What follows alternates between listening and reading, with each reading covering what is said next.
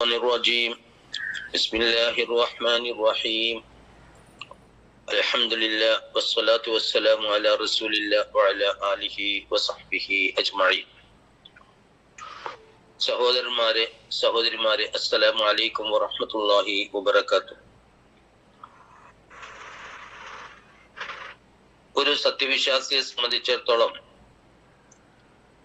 വിശ്വസിക്കേണ്ടതായ കാര്യങ്ങളിൽ ദൃഢവിശ്വാസം നേടുക എന്നതാണ് ആദ്യമായി വേണ്ടത് എന്നും അത് നേടിക്കഴിഞ്ഞാൽ ആ വിശ്വാസത്തിനനുസരിച്ച് ജീവിക്കുവാനും പ്രവർത്തിക്കുവാനുമുള്ള ആരോഗ്യമാണ് നമുക്ക് വേണ്ടത് എന്നും ഇത് നിങ്ങൾ അള്ളാഹുവിനോട് ചോദിക്കണം എന്നും റസൂൽ സല്ലല്ലാഹു അലൈഹി വസല്ലം പറഞ്ഞ കാര്യമാണ് കഴിഞ്ഞ ആഴ്ച സൂചിപ്പിച്ചത്. ഇതുമായി ബന്ധപ്പെട്ടുകൊണ്ട് വിശുദ്ധ ഖുർആൻ പരിശോധിക്കുമ്പോൾ നമ്മൾ കാണുന്ന ഒരു പ്രത്യേകമായ കാര്യമാണ് ഇന്ന് സൂചിപ്പിക്കാൻ ഉദ്ദേശിക്കുന്നത്. വിശുദ്ധ ഖുർആൻ പരിചയപ്പെടുത്തുന്ന ഒരു ചരിത്രമുണ്ട്, ലോക ചരിത്രം, മനുഷ്യ ചരിത്രം. ആ ചരിത്രത്തിൽ ഒരു ഭാഗത്ത് അമ്പിയാക്കന്മാരും അമ്പിയാക്കന്മാരിൽ വിശ്വസിച്ച ആളുകളും, മറുഭാഗത്ത് അവരെ എതിർത്തുകൊണ്ടിരുന്ന ശത്രുക്കളായ ആളുകൾ. ഈ സ്വഭാവത്തിലാണ് വിശുദ്ധ ഖുർആൻ ലോക ചരിത്രം വ്യാഖ്യാനിക്കുന്നത്. അപ്പൊ അവിടെ എല്ലാ കാലഘട്ടങ്ങളിലും അമ്പിയാക്കന്മാരുടെ പ്രതിയോഗികളായി ലോകത്തുണ്ടായിരുന്ന ആളുകൾ, പ്രമുഖന്മാരായ ആളുകൾ, ഭരണാധികാരികളായ ആളുകൾ, ചക്രവർത്തിമാരായ ആളുകൾ, ഇതുപോലുള്ള ആളുകൾ, അവർക്ക് ഒത്താശ ചെയ്തു കൊടുത്തിരുന്ന ആളുകൾ. ഈ ആളുകൾ സ്വീകരിച്ചിരുന്ന ഒരു രീതിയായിട്ട് വിശുദ്ധ ഖുർആൻ പരിചയപ്പെടുത്തുന്നത് ഇസ്തിക്ബാർ എന്ന് പറയുന്ന രീതിയാണ്.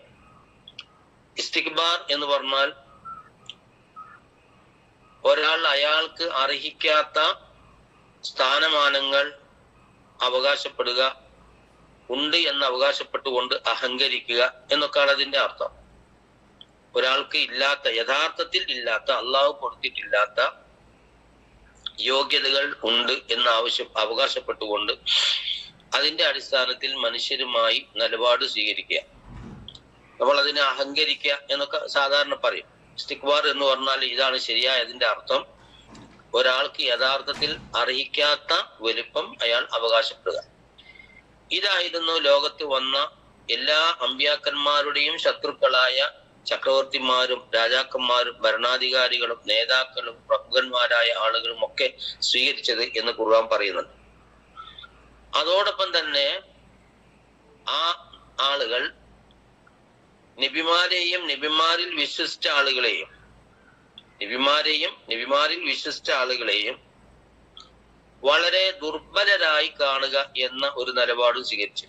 ഒന്നിനും പറ്റാത്ത ആളുകൾ, അവശരായി ജീവിക്കേണ്ട ആളുകൾ, ഞങ്ങൾ പറയുന്നത് പോലെ കേൾക്കേണ്ട ആളുകൾ, ഞങ്ങൾക്ക് വഴിപ്പെടേണ്ട ആളുകൾ എന്ന അർത്ഥത്തിൽ മറ്റു മനുഷ്യരെ അല്ലെങ്കിൽ വിശ്വാസികളായ ആളുകളെ അവര് ദുർബലരായി കണ്ടു.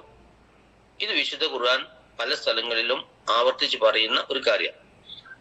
അത് പറയാൻ വേണ്ടി വിശുദ്ധ ഖുർആൻ ഉപയോഗിച്ച വാക്ക് ഇസ്തക്ബറ എന്ന. ഖാലല്ലദീന ഇസ്തക്ബറു ലില്ലദീന ഉസ്തുലൈഫു മിൻ ഖൗമിഹി ലില്ലദീന ഉസ്തുലൈഫു ലിമൻ ആമന മിൻഹും. പ്രവാചകന്മാരുടെ സമൂഹങ്ങളിലെ സ്വയം വലിപ്പത്തരം നടിച്ച നേതാക്കളായ ആളുകൾ ആ സമൂഹത്തിലെ വിശ്വാസികളായ ദുർബലരായ ആളുകളോട്, ദുർബലരായ എന്ന് പറഞ്ഞാൽ ദുർബലരാക്കപ്പെട്ട ആളുകളോട് എന്നാണ് ഖുർആന്റെ പ്രയോഗം. അപ്പൊ ഈ രണ്ട് തരത്തിലുള്ള, രണ്ട് സ്വഭാവത്തിലുള്ള ഒരു ചരിത്ര വ്യാഖ്യാനമാണ് ഖുർആൻ നൽകുന്നത്. അപ്പൊ അവിടെ ഈ ആളുകളെ പറ്റി ഇസ്തക്ബറു എന്നാണ് ഉപയോഗിക്കുക. ഇസ്തക്ബറു എന്ന് പറയുമ്പോൾ നേരത്തെ പറഞ്ഞതുപോലെ സ്വന്തം അർഹിക്കുന്ന വലുപ്പത്തേക്കാൾ ഉയർന്ന വലുപ്പം നടിക്കുക. എന്നാൽ അതിന്റെ മറുവശമുള്ള ആളുകളെ പറ്റി അവരുടെ സമീപനം ഉസ്തുലഇഫു എന്നതായിരുന്നു എന്ന് ഖുർആൻ പറയുന്നത്. അത് നിങ്ങൾക്ക് ഇത് അറബി ഭാഷയിലെ പ്രത്യേകമായ ഒരു പ്രയോഗമാണ്. ഇസ്തക്ബറ എന്ന് പറയുമ്പോൾ അത് വേറൊരു പ്രയോഗമാണ്. ഇസ്തൽഅഫ എന്ന് പറയുന്നതും ഉസ്തുൽഇഫ എന്ന് പറയുന്നതും തമ്മിൽ വ്യത്യാസമുണ്ട്. അപ്പൊ അത് മലയാളത്തിൽ ഒന്ന് വിശദീകരിക്കുകയാണെങ്കിൽ എന്ന് പറഞ്ഞാൽ ദുർബലനായി. ഉസ്തുലൈഫ എന്ന് പറയുമ്പോൾ ദുർബലനാകാൻ ആളുകൾ ആവശ്യപ്പെട്ടു എന്നാണ്. അങ്ങനെ ആളുകൾ ദുർബലരാവുക, അതായത് ഭരണാധികാരികളും ചക്രവർത്തിമാരും പൗരപ്രമുഖന്മാരുമായ ആളുകൾ ഇല്ലാത്ത വലുപ്പം നടിക്കുകയും പ്രവാചകന്മാരെയും പ്രവാചകന്മാരിൽ വിശ്വസിച്ച ആളുകളെയും ദുർബലരായി കാണുകയും ചെയ്തു. ഒന്നിനും പറ്റാത്ത ആളുകളായി കണ്ടു, അവശരായി കണ്ടു. അവരവശരായത് കൊണ്ടല്ല, അമ്പിയാക്കന്മാരും അവരിൽ വിശ്വസിച്ച ആളുകളും സ്വയം അവശരായത് കൊണ്ടോ ഒന്നിനും കഴിവില്ലാത്ത ആളുകൾ ആയതുകൊണ്ടോ അല്ല. ഇവരങ്ങനെ അവരെ കാണുകയാണ് ചെയ്യുക. അതാണ് ഈ ഉസ്തുലൈഫ എന്ന പ്രയോഗത്തിന്റെ അർത്ഥം. അപ്പോ ഈ ഒരു അവസ്ഥ ലോക ചരിത്രത്തിൽ ആദം നബി അലൈഹി സ്വലാമിന്റെ കാലം മുതൽ സല്ലല്ലാഹു അലൈഹി വസല്ലമയുടെ കാലം വരെയും സല്ലല്ലാഹു അലൈഹി വസല്ലമയുടെ കാലം കഴിഞ്ഞ് ഇപ്പോഴും നമ്മൾ ഈ സംസാരിച്ച് ജീവിച്ചു കൊണ്ടിരിക്കുന്ന ഈ കാലഘട്ടത്തിലും ഇനി ലോകാവസാനം വരെയും ഈ ചിത്രം ലോകത്ത് എല്ലാ രാജ്യങ്ങളിലും എല്ലാ സമൂഹങ്ങളിലും നിലനിൽക്കും എന്നാണ് ഖുർആൻ പറയുന്നത്. അപ്പൊ അതിന്റെ അർത്ഥം എന്താ പറഞ്ഞാൽ, ഇത് എന്തിനാണ് നമ്മളിത് പറയുന്നത്? ഒരു വിഭാഗം ആളുകൾ സത്യവിശ്വാസികളെ ദുർബലരാക്കാൻ ശ്രമിച്ചുകൊണ്ടിരിക്കും എല്ലാ കാലഘട്ടങ്ങളിലും.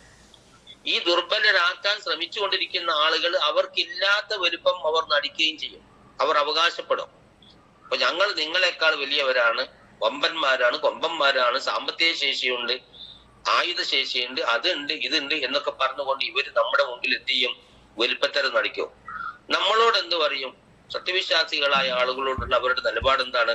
നിങ്ങൾ അങ്ങനെ അവശന്മാരായി ജീവിച്ചാൽ മതി, നിങ്ങൾക്ക് എല്ലാവർക്കും കിട്ടുമ്പോൾ നിങ്ങൾക്ക് കുറച്ച് കിട്ടിയാൽ മതി, നിങ്ങൾ പിന്നാക്കക്കാരാണ്. ഇപ്പൊ നമ്മൾ കേട്ടിട്ടുണ്ട്, പിന്നാക്കം എന്നൊരു പ്രയോഗം മലയാളത്തിൽ കേട്ടിട്ടുണ്ടല്ലോ. സാധാരണ അത് പിന്നോക്കം എന്നാണ് സാധാരണ പറയാറ്. പിന്നോക്കം, പണ്ടൊക്കെ അത് പിന്നോക്കം എന്നാണ് പറയാ. യഥാർത്ഥത്തിൽ പിന്നോക്കം എന്ന് പറഞ്ഞാൽ പിന്നോട്ട് നോക്കുന്ന ആളുകൾ എന്നാണ്. പിന്നാക്കം എന്ന് പറഞ്ഞാൽ കഴിവ് പിന്നിലായി പോയ ആളുകൾ എന്നാണ്. ശരിക്കും പിന്നാക്കം എന്നാണ് ആ വാക്ക് ശരിയായ പ്രയോഗം. അപ്പൊ നിങ്ങൾ പിന്നാക്കക്കാരായി കഴിവിൽ പിന്നിലുള്ള ആളുകളായി നീ ജീവിച്ചാൽ മതി, ഞങ്ങൾ മേലാളന്മാരായി ഞങ്ങൾ ഇവിടെ ഉണ്ടാകും. ഈ ഒരു നിലപാടാണ് ശത്രുക്കളായ ആളുകൾ ഇസ്ലാമിനും മുസ്ലിങ്ങൾക്കും എതിരെ സ്വീകരിച്ചത് എന്ന് നമുക്ക് കാണാൻ സാധിക്കും. വിശുദ്ധ ഖുർആൻ അവിടെ പറയുന്നുണ്ട്, ഒരു മനുഷ്യനെ സംബന്ധിച്ചിടത്തോളം മാകാന ലിബശരിൻ അൻ യുഅ്തിയഹുല്ലാഹുൽ കിതാബ വൽ ഹുക്മ വൻ നുബുവത സുമ്മ യഖൂല ലിന്നാസി കൂനു ഇബാദൻ ലി മിൻ ദൂനില്ലാഹ്. അല്ലാഹു സുബ്ഹാനഹു വ തആല ഒരാൾക്ക് വേദഗ്രന്ഥവും കൊടുക്കുകയും വിജ്ഞാനം കൊടുക്കുകയും പ്രവാചകത്വം കൊടുക്കുകയും ചെയ്യാം എന്ന് പറഞ്ഞാൽ അള്ളാഹു ഒരു നബിയെ നബിയായി തെരഞ്ഞെടുക്കുക. എന്നിട്ട് ആ നബി ജനങ്ങളോട് എന്ത് പറയുക? കൂനു ഇബാദല്ലി, നിങ്ങൾ എല്ലാവരും എന്റെ അടിമകളാകണം എന്ന് പറയുക. ഇങ്ങനൊരു സംഭവം ഉണ്ടാവൂല എന്ന് ഖുർആൻ പറയുന്നുണ്ട്. എന്ന് പറഞ്ഞാൽ അമ്പിയാക്കന്മാർ ഉൾപ്പെടെയുള്ള ആളുകൾ അടിമ, അള്ളാഹുവിന്റെ അടിമയാണ് എന്ന ആ പരിധിയിലാണ് നിൽക്കുക. അതിന് മേലോട്ട് അവർ കയറാൻ പാടില്ല. അമ്പിയാക്കന്മാർ മാത്രമല്ല, സാധാരണ ഒരു മനുഷ്യന് പോലും എല്ലാ മനുഷ്യന്മാരും അള്ളാഹുവിന്റെ അടിമ എന്ന് പറയുന്ന ആ നിലവാരത്തിൽ ജീവിക്കേണ്ടവരാണ്. ആ നിലവാരത്തിന്റെ മുകളിലോട്ട് കയറാൻ നമുക്ക് എന്തില്ല, അവകാശമില്ല. അപ്പൊ ഈ അവകാശമില്ലാത്ത അമ്പിയാക്കന്മാർക്ക് പോലും പാടില്ലാത്ത, അതുകൊണ്ടാണല്ലോ വിശുദ്ധ ഖുർആനിൽ നബിമാരെ സംബന്ധിച്ച്, പ്രത്യേകിച്ച് നബി സല്ലല്ലാഹു അലൈഹി വസല്ലമയെ സംബന്ധിച്ച് പറയുമ്പോ അബ്ദ് എന്ന വാക്കാണ് ഉപയോഗിക്കുന്നത്. അബ്ദ്, സുബ്ഹാനല്ലദി അസ്റാ ബി അബ്ദിഹി അൻസല അലാ കിതാബിഹി അലാ അബ്ദിഹിൽ കിതാബ. തന്റെ അടിമ എന്ന് റസൂൽ സല്ലല്ലാഹു അലൈഹി വസല്ലമയെ വിളിക്കുമ്പോൾ അള്ളാഹു എന്റെ അടിമ എന്നാണ് പറയുന്നത്. കാരണം എന്താണ്? ഞാനാണ് റബ്ബ്, മുഹമ്മദ് നബി ആരാണ്? എന്റെ അടിമയാണ്. ആ അടിമ എന്ന് പറയുമ്പോൾ അടിമക്ക് അള്ളാഹു ഒരു നിലവാരം, സ്ഥാനം വെച്ചിട്ടുണ്ട്. അതിനെ മേലോട്ട് കയറാൻ ആർക്ക് അവകാശമില്ല? നബിക്ക് അവകാശമില്ല. അപ്പോ ആ നിലവാരത്തിന്റെ മേലോട്ട് ഈ പറഞ്ഞ രാജാക്കന്മാരും ചക്രവർത്തിമാരുമായ ആളുകള്, ഭരണാധികാരികളായ ആളുകൾ എപ്പോഴും ഞങ്ങൾ മേലാളന്മാരാണ് എന്ന ആ ഒരു രീതിയിലേക്ക് മുന്നോട്ട് പോകുന്ന ഒരവസ്ഥയാണ് നമ്മൾ കാണുന്നത്. അപ്പോ അല്ലാഹു സുബ്ഹാനഹു വ തആല ഈ ഒരു വലുപ്പത്തരം നമ്മുടെ ഭാഗത്ത് നിന്ന് ഉണ്ടാകരുത്. അതേപോലെ തന്നെ പ്രതിയോഗികളായ ആളുകൾ ആ ഒരു നിലപാട് സ്വീകരിക്കുന്നതും ശരിയല്ല എന്ന ഒരാശയമാണ് പങ്കുവെക്കുന്നത്. അല്ലാഹു സുബ്ഹാനഹു വ തആല അള്ളാഹുവിന്റെ അടിമയായി ജീവിക്കുവാനും അതിന് മുകളിലോട്ട് കയറാനുള്ള ശ്രമങ്ങളിൽ നിന്ന് പിൻവാങ്ങുവാനും ശ്രമിക്കുന്ന സത്യവിശ്വാസികളിൽ നമ്മെ ഉൾപ്പെടുത്തി അനുഗ്രഹിക്കുമാറാവട്ടെ.